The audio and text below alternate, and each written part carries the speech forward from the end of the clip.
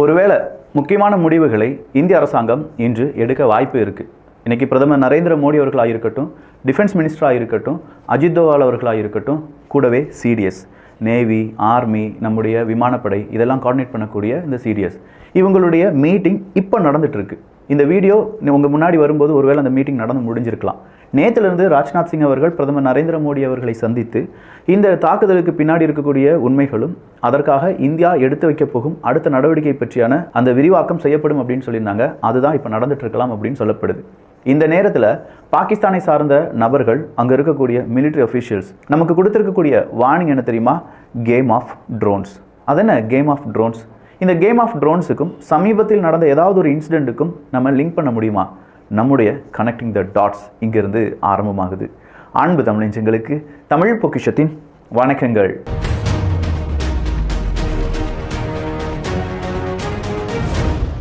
India தனிமையாக இல்லை. India உலக நாடுகளுடைய சப்போர்ட்டுடன் இருக்குது அப்படிங்கிறது நமக்கு தெரியும். ஆனால் இந்தியாவை பகைப்பதற்காக, இந்தியாவுடன் போர் செய்வதற்காக பாகிஸ்தானால் தனியாக முடியாது. ஸோ பாகிஸ்தான் இப்போ என்ன செய்ய ஆரம்பிக்கிறாங்க அப்படின்னு கேட்டால், சீனாவா, ரஷ்யாவா, வெஸ்டர்ன் நாடுகள் வாங்க, எங்களுடன் வந்து விசாரணையை மேற்கொள்ளுங்கள் அப்படின்னு சொல்லி இதை காலதாமதம் செய்வதற்கான முயற்சிகளில் ஈடுபட்டு இருக்காங்க. ஒருவேளை இதில் ஏதாவது ஒரு நாடு எஸ் நான் விசாரணைக்கு போகிறேன் அப்படின்னு சொல்லிட்டா இந்தியாவால் அங்கே இருக்கக்கூடிய தீவிரவாத குழுக்களுக்கு எதிராக தாக்குதலை நடத்த முடியுமா? அப்படி தாக்குதலை நடத்திட்டோம்னா அது 2 நாட்டு போர் கிடையாது, 3 நாடு போராக மாறும். உதாரணத்துக்கு சீனா வந்து பாகிஸ்தானுக்கு உதவுகிறேன், நான் விசாரணையில் இருக்கேன், என்னுடைய 10 அதிகாரிகளை அனுப்பி வைக்கிறேன் அப்படின்னு சொல்லிட்டாங்கன்னா இந்த நேரத்தில் நம்முடைய தாக்குதல் நடத்தும் போது அது சீனாவுக்கும் பாகிஸ்தானுக்கும் எதிரானதாக மாறிடும். ஸோ இந்தியாவுக்கு எதிராக சீனாவும் பாகிஸ்தானும் ஒன்றிணைவதற்கான வாய்ப்புகள் இருக்குது. இந்த வாய்ப்பை தான் இப்போ பாகிஸ்தான் தேடிட்டு இருக்காங்க அப்படிங்கிறத நாம் இங்கே ரொம்ப கண்ணும் கருத்துமாக கவனிக்க வேண்டிய தருணத்தில் இருக்கும். ஸோ எந்த அளவுக்கு இந்திய அரசாங்கம் இங்கே அவங்களுடைய முயற்சிகள், அதாவது பதிலடிக்கு தயாராகி வருகிறார்களோ அதே அளவு ஸ்பீடில் பாகிஸ்தானும் அவங்களுடைய காய் நகரத்தில் செஞ்சுட்டு இருக்காங்க. இப்போ நமக்கு தேவை ஒற்றுமை தான் அப்படிங்கிறத பல தலைவர்களும் சொல்லிட்டாங்க. ஓஐசி மறுபடியும் ஒரு சூப்பரான கருத்தை சொல்லியிருக்கார். பொதுவாக இந்த ஓஐசி அப்படின்னு சொல்லும்போது இஸ்லாம் நாடுகளுக்கு ஆதரவானவர் அப்படின்னு சொல்கிற அந்த ஒட்டுமொத்தமான பிம்பமும் இன்று நொறுக்கப்பட்டிருக்கிறது.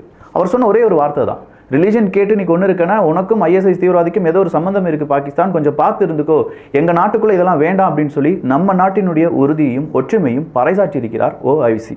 இது மட்டும் இல்லாமல் இன்னைக்கு சூஃபி கவுன்சிலுடைய சீஃப், இந்தியாவுக்கு எங்களுடைய முழு ஆதரவு இருக்குது, இந்தியாவை நேசிக்கக்கூடிய மனிதர்கள் இப்போ ஜம்மு காஷ்மீரில் நிறைய பேர் ஆயிட்டாங்க, இவ்வளோ நாள் பார்க்காத அளவுக்கு ஜம்மு காஷ்மீரில் ஒரு போராட்டம் வெடித்திருக்கிறது, அந்த போராட்டம் பாகிஸ்தானுக்கு எதிரானது அப்படின்னு சொல்கிற அந்த முக்கியமான ஒரு கருத்தை இந்த சூஃபி கவுன்சிலுடைய சீஃப் நமக்கு தெரிவித்திருக்கிறார். 50 வருடங்கள் இல்லாத அளவுக்கு காஷ்மீரில் பாகிஸ்தானுக்கு எதிரான கோஷங்களும், எங்களுடைய வாழ்வாதாரத்தை பாகிஸ்தான் அங்கே இருக்கக்கூடிய தீவிரவாதம் அழித்து விட்டது அப்படிங்கிற கோஷமும் உயர்ந்திருப்பதை அங்கே இருக்கக்கூடிய நபர்கள் சொல்கிறாங்க. இங்கே இருக்கக்கூடிய நபர்கள் அதை மடைமாற்றம் செய்யக்கூடிய வேலையில் ஈடுபடாதீங்க. யாரெல்லாம் இந்த மாதிரி மடைமாற்றம் வேலையில் ஈடுபடுறாங்க, தீவிரவாதத்துக்கு சப்போர்ட் கொடுக்குறாங்களோ தயவு செஞ்சு ட்விட்டரில் இருக்காங்கன்னா என்ன அவங்களை டேக் பண்ணி விடுங்க. உண்மையான விசாரணை செய்யப்படும் போது போலியான நபர்கள், இந்தியாவை போலியாக சித்தரிக்கக்கூடிய நபர்கள் அவங்க அந்த விசாரணை வளையத்தில் சிக்க வேண்டும். இந்தியாவுக்கு இந்தியாவினுடைய எதிரிகள் மட்டும் முக்கியம் கிடையாது, இந்தியாவினுடைய துரோகிகளையும் களம் காண வேண்டிய கட்டாயத்தில் இருக்கும். ஏகப்பட்ட இந்தியர்கள் இந்தியாவினுடைய அடுத்த கட்ட நடவடிக்கை என்ன அப்படிங்கிற அந்த கேள்வியுடன் இருக்கும்போது முக்கியமான இன்னொரு அப்டேட் வந்திருக்கு. துருக்கியிலிருந்து 3 கார்கோ விமானங்கள் வந்தது தான். ஒரு கார்கோ விமானம் வந்ததை நம்ம ஃப்ளைட் ரேடார் வச்சு செக் பண்ணியாச்சு, அது வந்திருக்கு. ஆனால் மீதம் இருக்கும் 2 கார்கோ விமானங்கள் வந்ததாக செய்திகள் வெளியாகி இருக்கிறது. அதனுடைய உண்மைத்தன்மை கண்டறிய முடியலை. அப்போது இந்த விமானம் வந்ததற்கும் கேம் ஆஃப் ட்ரோன்ஸ் அப்படின்னு சொன்னதற்கும் ஏதாவது கனெக்ஷன் இருக்கான்னு கேட்டால் இருக்க அதிகமாக வாய்ப்பு இருக்குது. ட்ரோன் மேனுஃபேக்சரிங்காக இருக்கட்டும், பைராக்டர்லாம் நமக்கு நல்லாவே தெரியும். பைராக்டர்னுடைய வரலாறு தமிழ் பட்சத்தில் 3 காணொலிகள் பதிவு பண்ணியிருக்கோம்.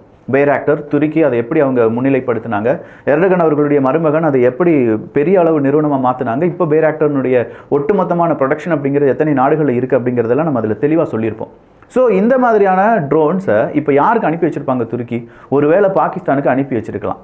இந்த ட்ரோன் வழியாக தான் முதல் தாக்குதலை அமெரிக்கா உட்பட பல நாடுகள் அவங்களுடைய எதிரி வார்ஃபேருக்கான ஸ்டார்டிங் ஸ்டேஜில் இருக்காங்களா, இதுதான் நமக்கு கொடுத்துருக்கக்கூடிய சீக்ரெட் மெசேஜ் அப்படிங்கிறத இங்கே இருக்கக்கூடிய எல்லோருமே உற்று கவனிக்க வேண்டும். கேம் ஆஃப் ட்ரோன்ஸ் அப்படின்னு சொல்லும்போது ஏகப்பட்ட ட்ரோன் வெரைட்டியை நாங்கள் களமிறக்கி விட்டோம் அப்படின்னு சொல்லி பாகிஸ்தான் நமக்கு ஒரு சீக்ரெட் மெசேஜை கொடுத்துருக்காங்க. நாட் ஒன்லி துருக்கி, சீனாவிலிருந்தும் சில விமானங்கள் பாகிஸ்தானுக்கு வந்ததாக செய்திகள் வெளியாகி இருக்கின்றன. ஸோ சீனா, துருக்கி இந்த 2 நாடுகளும் பாகிஸ்தானுக்கு தேவையான ட்ரோன் சிஸ்டம், அதற்கான எக்யூப்மெண்ட்ஸ், அதிநவீன உளவு ட்ரோன்ஸ் இதெல்லாமே கொடுத்திருப்பதற்கான வாய்ப்புகள் இருக்குது அப்படிங்கிறது நம்முடைய ராணுவ வீரர்களுக்கும் இப்போது தெரிந்திருக்கக்கூடிய செய்தி தான். அடுத்ததாக ஓப்பன் சோர்ஸ் இன்டெலிஜென்ஸ் வழியாக நேரோவால் அப்படிங்கிற ஒரு இடத்துல, அதாவது நம்முடைய பார்டர்லேருந்து வெறும் 40 கிலோமீட்டர் தூரத்தில் பாகிஸ்தானுடைய படைகள் அவங்களுடைய காய் நகரத்தில் டேங்குகள், ஆர்ட்லரி இது எல்லாத்தையுமே கொண்டு வந்துட்டு இருக்காங்க அப்படிங்கிற தகவல் வீடியோவுடன் கிடைத்திருக்கிறது. துருக்கியினுடைய C-130 மிலிட்டரி கார்கோ பிளேன் அப்படிங்கிறது தான் பாகிஸ்தானில் லேண்ட் ஆனது அப்படிங்கிறத உறுதி செய்திருக்கிறார்கள். துருக்கி பாகிஸ்தானுக்கு கம்ப்ளீட் சப்போர்ட் கொடுப்பதாக அறிவித்திருந்தது இங்கே குறிப்பிடத்தக்கது. நேற்று ஆப்கானிஸ்தான் பாகிஸ்தான் பார்டரில் ஆப்கானிஸ்தானுடைய போராளிகள் 50 பேரை பாகிஸ்தான் ராணுவம் சுட்டு கொன்னுட்டாங்க. இது ஆப்கானிஸ்தானுக்கும் பாகிஸ்தானுக்கும் இடையே ஒரு பெரிய பதட்டமாக இருக்கு. ஆல்ரெடி ஆப்கானிஸ்தியர்களை நாடு கடத்துகிறோம் அப்படின்னு சொல்லி பாகிஸ்தான் நாடு வேற கடத்திட்டு இருக்காங்க. இந்த நேரத்தில் ஆப்கானிஸ்தானுக்குள்ள இந்தியாவினுடைய ஹை லெவல் டெலிகேட்ஸ் போயிருக்காங்க அப்படிங்கிறத நம்ம நேற்றே பதிவு பண்ணியிருந்தோம். இங்கே ஒரு இந்தியாவினுடைய ஆட்டம் இருக்க போகிறது அப்படிங்கிறத இங்கிருந்து நம்மளால உறுதிப்பட சொல்ல முடியும். சரி, இப்போ ஆப்கானிஸ்தான் பாகிஸ்தான் அப்படின்னு சொல்லும்போது பாகிஸ்தானுக்கு ஆதரவாக சீனா நேரடியாக களத்தில் குதித்து விட்டார்கள் என்றால், அவங்க ஆல்ரெடி களத்தில் குதித்து விட்டார்கள். UNSCல பாகிஸ்தானுக்கு ஆதரவாக சீனாவினுடைய முடிவுகள் இருந்தது அப்படிங்கிறத நம்மளால புறம் தள்ள முடியாது. இந்தியாவுக்கு எதிராக பஹல்காம் அட்டாக் அப்படிங்கிறத நீர்த்து போவதற்காக பாகிஸ்தானும் சீனாவும் ஒன்றிணைந்தார்கள். சொல்லப்போனால் பாகிஸ்தான் இப்போ ஒரு ப்ராக்சியாக மாறி நிற்கிறார்கள். சீனா இதில் இன்வால்வ் ஆகியிருக்காங்க. சீனாவினுடைய ப்ராக்சியாக பாகிஸ்தான். ஒட்டுமொத்தமான ஃபண்ட் அப்படிங்கிறது அவங்களுடைய எஜமானனான சீனாவிடமிருந்து கிடைக்கும். ஆல்ரெடி தீவிரவாதத்தை வளர்த்துவிட்ட பாகிஸ்தான் தீவிரவாதத்தாலே அழிந்து கொண்டிருக்கிறது அப்படிங்கிறது நமக்கு தெரிஞ்ச விஷயம்தான். மறுபடியும் அவங்க என்ன செய்ய போகிறாங்க? தீவிரவாதத்தை வளர்க்கப் போகிறார்கள். இந்த நேரம் இந்தியா நிச்சயமாக வேடிக்கை பார்க்காது அப்படிங்கிறது தெரியும். நம்முடைய 26 ஆன்மாக்களுக்கு பதிலடி அப்படிங்கிறத இந்தியா கொடுப்பதற்கான ஆயத்தமான நேரங்களில் இந்த தகவல்கள் எல்லாமே நமக்கு ரொம்பவே இம்பார்ட்டன்டானது தான். பாகிஸ்தான் ராணுவம் ட்ரோன் ஃபோர்ஸை களமிறக்க போவதாக வந்திருக்கக்கூடிய செய்தி உறுதிப்படுத்தப்பட்ட செய்தி தான். ஸோ இந்த ட்ரோன் ஃபோர்ஸ் அப்படின்னு சொல்லும்போது இந்தியாவுக்கு இந்த ட்ரோன் வார்ஃபேர் புதிதான ஒரு விஷயம். இதில் இந்தியாவினுடைய நிலைப்பாடும் இந்தியாவினுடைய சக்சஸ் ரேட் அப்படிங்கிறது இந்தியாவினுடைய எதிர்காலத்துக்கு ரொம்பவே முக்கியமான ஒரு புள்ளி. ஜம்மு அண்ட் காஷ்மீரில் 3க்கும் அதிகமான தீவிரவாதிகளுடைய வீடுகள் மீண்டும் தரைமட்டமாக்கப்பட்டது என்பது குறிப்பிடத்தக்கது. இங்கே இன்னொரு பிரச்சனை என்ன தெரியுமா? இங்க இருக்கக்கூடிய பாகிஸ்தானியர்கள்லாம் வெளியேறுங்கள் அப்படின்னு சொல்லிட்டாங்க. ஆனா பிரச்சனை ஸ்டார்ட் ஆனது இங்க இருக்கக்கூடிய பெண்கள், அதாவது ஜம்மு அண்ட் காஷ்மீரில் இருக்கக்கூடிய பெண்கள் நிறைய பேர் பாகிஸ்தானுடைய ஆண்களை திருமணம் பண்ணியிருக்காங்க. பாகிஸ்தானுடைய ஆண்களை திருமணம் செய்து பாகிஸ்தானுக்கு போய் அங்கே கர்ப்பமாகி குழந்தைகளை இந்தியாவில் பெற்றிருக்கிறதுனால அவங்களுக்கு இந்தியன் குடியுரிமை அப்படிங்கிறது கொடுக்கப்பட்டிருக்கிறதா? இல்லை இதை வச்சு அந்த பெண்கள் என்ன செஞ்சுருக்காங்கன்னா, சில பெண்கள் அங்கே இருக்கக்கூடிய அவங்களுடைய குழந்தைகளுக்கு பாகிஸ்தானுடைய குடியுரிமை எடுத்துட்டு அந்த பெண்கள் இந்தியாவினுடைய குடியுரிமையிலேயே வாழ்ந்துட்டு இருந்திருக்காங்க அப்படிங்கிறது எல்லாமே இது ஒரு காம்ப்ளெக்ஸான பிரச்சனையாக பார்க்கப்படுது.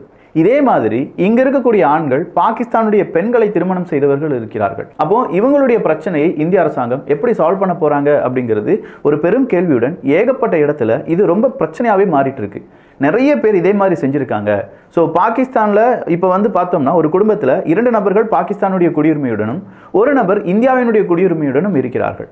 அந்த மாதிரியான நபர்களை இந்திய அரசாங்கம் எப்படி கையாள போகிறது அப்படிங்கிறது ஒரு பெரும் கேள்வி. ஜம்மு அண்ட் காஷ்மீரில் நடந்த தாக்குதலில் இப்போ நேரடியாக களத்தில் குதித்து விட்டார்கள் NIA பொறுத்த வரைக்கும் களத்தில் குதிச்சிட்டாங்கன்னா யார் இதற்கு பொறுப்பு அப்படிங்கிறதுலேருந்து யார் இதற்கு சப்போர்ட் பண்ணுறாங்க அப்படிங்கிறது வர துளாவி எடுப்பதற்கான நிறைய வாய்ப்புகள் வந்துவிட்டது.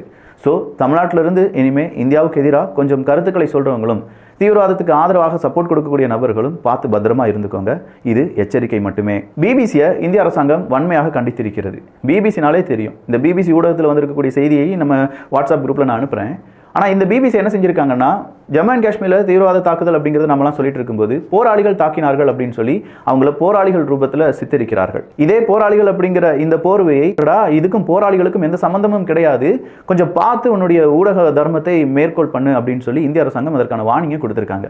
இது மட்டும் இல்லாமல் 16க்கும் அதிகமான யூடியூப் சேனல்ஸ் எல்லாமே பாகிஸ்தான் ஓரியன்டாக பாகிஸ்தான்லேருந்து டெலிகாஸ்ட் செய்யப்பட்ட சேனல்ஸ் அப்படிங்கிறது இந்தியாவில் இப்போது முடக்கப்பட்டிருக்கிறது. ஓவராலாக பாகிஸ்தானுக்கு ஆதரவு இப்போது சீனா மட்டும் அப்படின்னு சொல்லும்போது அங்கே ரஷ்யாவையும் இழுப்பதற்காக பாகிஸ்தான் அவங்களுடைய காய்நகர்த்தலை செய்து கொண்டிருக்கிறார்கள். இந்தியாவினுடைய நிலைப்பாடு என்ன, பதிலடி என்ன அப்படிங்கிறதை தெரிவிப்பதற்கான மீட்டிங் இப்போது கூட்டப்பட்டிருக்கிறது. இதனுடைய முடிவுகள் வரும்போது அடுத்தடுத்த காணொலிகள் தமிழ் பட்சத்திலிருந்து ரொம்ப அக்யூரேட்டாக ரொம்ப ஸ்பெசிஃபைடாக எந்தெந்த இன்ஃபர்மேஷன் கன்ஃபார்ம் செய்யப்பட்டிருக்கோ அந்த இன்ஃபர்மேஷனை மட்டும் நீங்கள் தெரிந்து கொள்வீர்கள். தேவையில்லாமல் கோசிப்ஸ், தேவையில்லாத செய்திகள், ரொம்ப ரத்தத்தை கொதிப்படைய வைக்கக்கூடிய அந்த மாதிரியான செய்திகள் எதுவுமே இங்கிருந்து வராது. உண்மையான செய்திகள், உண்மையாக நமக்கு என்ன தெரியணுமோ அது வந்திருக்கும். நல்லதை பகிர்ந்து ஷேர் பண்ணி நல்ல சமுதாயத்தை உருவாக்குவோம். நன்றி, வணக்கம்.